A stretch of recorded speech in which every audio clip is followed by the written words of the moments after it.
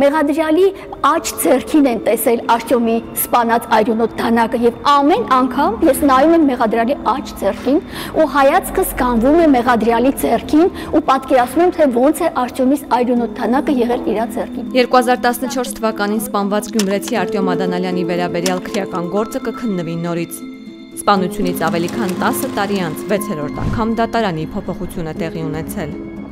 Շիրակի մարզի ընդհանուր իրավասության դատարանում օրերս կայացավ նոր դատավոր Հովհաննես Սաֆարյանի նախագահությամբ առաջին նիստը, որի ընթացքում տուժող կողմը բարձրացրեց գործի երկարատև քննության վերաբերյալ իր մտահոգությունները։ Չենք կարող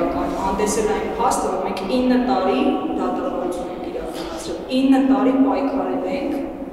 որպեսզի ունենանք մեղադրական ակտ պատվարժանական։ Հիմա ձեր նախագահությամբ այս գործը վերստացվում է 0-ից։ Ես նորից եմ ասում, առանց դժվարությունների ընկալում եմ դատավարական այս նորմերի պահպանման անհրաժեշտությունը, բայց մենք չենք կարող հանդեսել, որ արդարադատության այնպիսի շարժ կա այստեղ։ Մենք մահացած երիտասարդ ունենք, հողին հանձնված, որի հետ կապված բանկան անգամ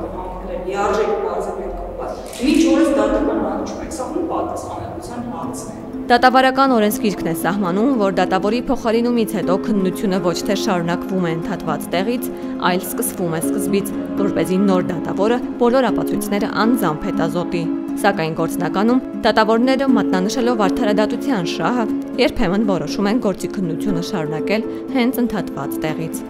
Այս դեպքում նախագահող դատավոր Հովհաննես Սաֆարյանը պարզաբանեց, դատարանը իր նախապատվությունը տալիս է օրինականության, այլ ոչ թե նպատակահարմարության սկզբունքին։ Դատարանի գնահատման գործով դատավարական նորմերը պահանջում են, որպեսզի սույն հարուցը սկսվի 0-ից եւ քննությունը իրականացվի։ Քննության իրականացումը կկատարվի հնարավորինս արագ,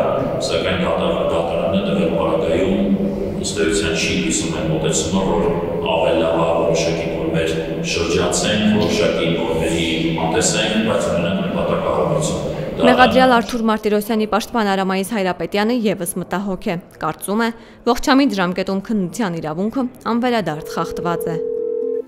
Ամենաառաջի ռիսկը, որ այդպես անվերադարձ ողջամիտ ժամկետով գործի քննության իրավունքը խախտված է, այն այլևս վերականգնել հնարավոր չէ որևէ կերպ, որովհետև նոր քրեական դատավարության օրենսգիրքով քննությունը նշանակում է ուղղակիորեն բոլոր կատարված մինչ այդ դատավարական գործողությունները, որոնք այս 10 տարիների շուրջ 10 տարիների ընթացքում կատարվել են, պետք է 0-ից սկսել։ Այս գործով արդարադատությունը այլևս իրականացնել հնարավոր չէ, անկախ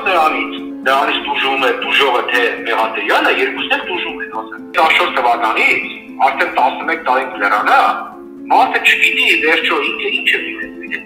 Դրանից ուժեղ հոգեբանական ոչնանգում, այս գործերի ծծկումը, գործողությունների կրկնությունը եւ այս քաոսային իրավիճակը պայմանավորված է եղել հիմնական այն հանգամանքով, որ բարձրագույն դատական խորհուրդը Շիրակի մարզում հաջողակի դատավորներ է կողմում։ Հանրային մեղադրող Տաթևիկ Գասպարյանը հարցի վերաբերյալ դիրքորոշում չհայտնեց։ Դատական նիստի ավարտին Ինֆոկոմը հետաքրքրվեց որպես մեղադրող, համաձայն է դատարանի մեկնաբանությանը, ինչին նա հրաժարվեց պատասխանել առանց համապատասխան թույլտվության։ Փորձեցինք հանդիպում կազմակերպել նաև հանրային կապերի բաժնի միջոցով, ինչի առաջարկը դարձյալ մերժվեց։ Ստիպված եղանք ուղարկել գրավոր հարցում։ Օրենքով սահմանված հնգօրյա ժամկետի խախտմամբ 3 շաբաթ անց միայն դատախազությունը մեր բազմաթիվ հարցերին ի պատասխան ուղարկեց մեկ նախադասություն։ Ձեռնբաց դատական քննության փուլում գտնվող քրեական գործով դատախազի իրավական դիրքորոշումները ներկայացվում են դատական նիստերի ընթացքում։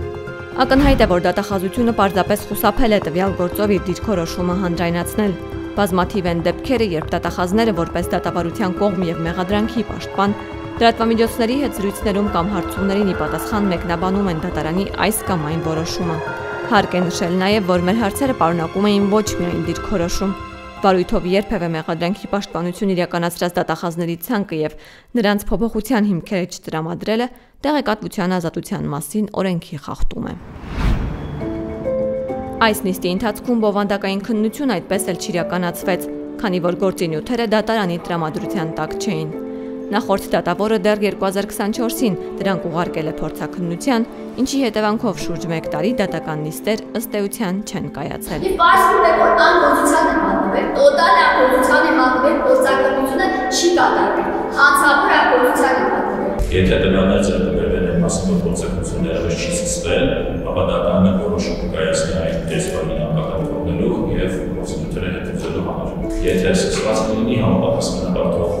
պատճենական բոլոր փաստաթղթերը գործին են ապօրինք իրենց անհրաժեշտ է գործիքները վերահսկեն դատարան։ Մեղադրյալի պաշտպանը սակայն համաձայն չէ դատարանի դիրքորոշմանը, կարծում է նախորդ դատավորի որոշմամբ նշանակված փորձաքննությունն այլևս չի կարող իրականացվել։ Երբ որ մենք հասնենք նոր քրտատող ապացույցների հետազոտենք ավարտենք,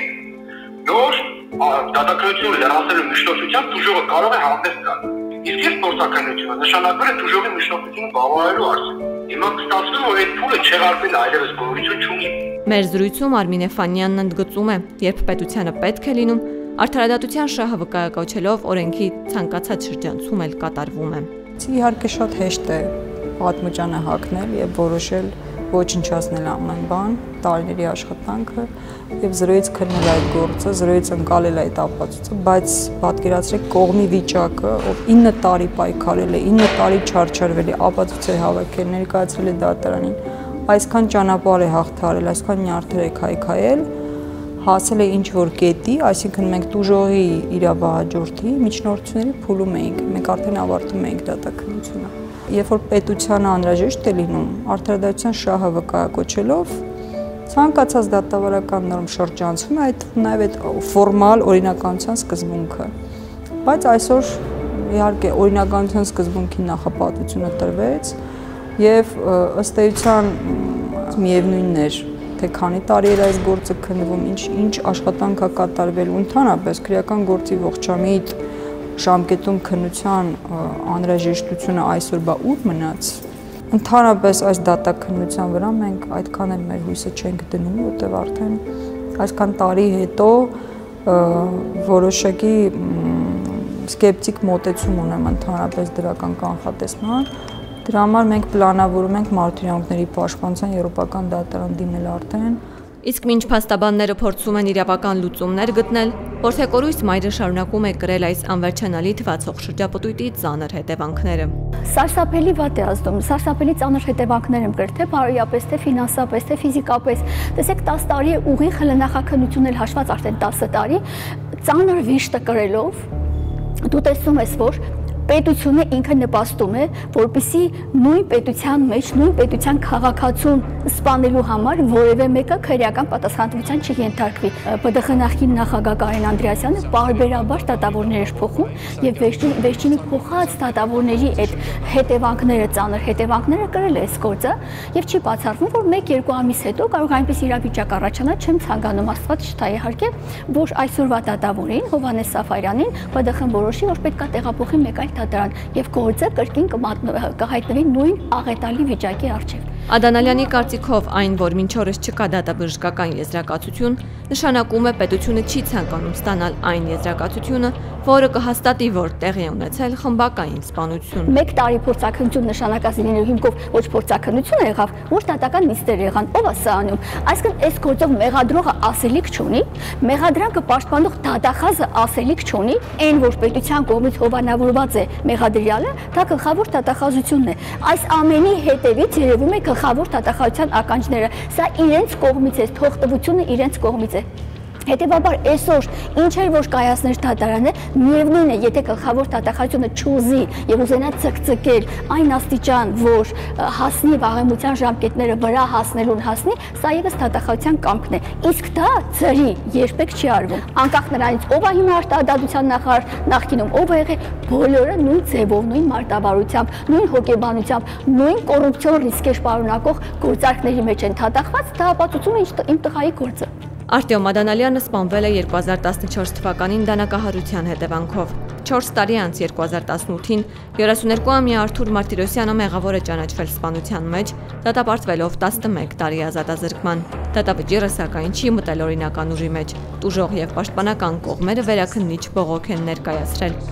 Վերաքննիչ դատարանը որոշել է, որ գործի քննությունը ընթացել է էական խախտումներով եւ այն հետ է ուղարկել առաջին ատյանի դատարան նոր քննության։ Դեպքի վայր ժամանած շտապօգնության աշխատակիցները գրանցել են Ադանալյանի բիոլոգիական մահը։ Խուճապի մատնված ներկաները հուզական անկառավարելի վարք դրսևորելով հայհոյել ու հարվածել են շտապօգնության աշխատակիցներին եւ իրենց մահացած ընկերոջը հիվանդանոց են տեղափոխել սեփական ավտոմեքենայով։ Քրեական գործով կատարված նախաքննությամբ ձեռք բերված ապացույցների բավարար համակցության պայմաններում Գործով կազմվել է մեղադրական եզրակացություն եւ ներկայումս գործը գտնվում է դատաքննության փուլում։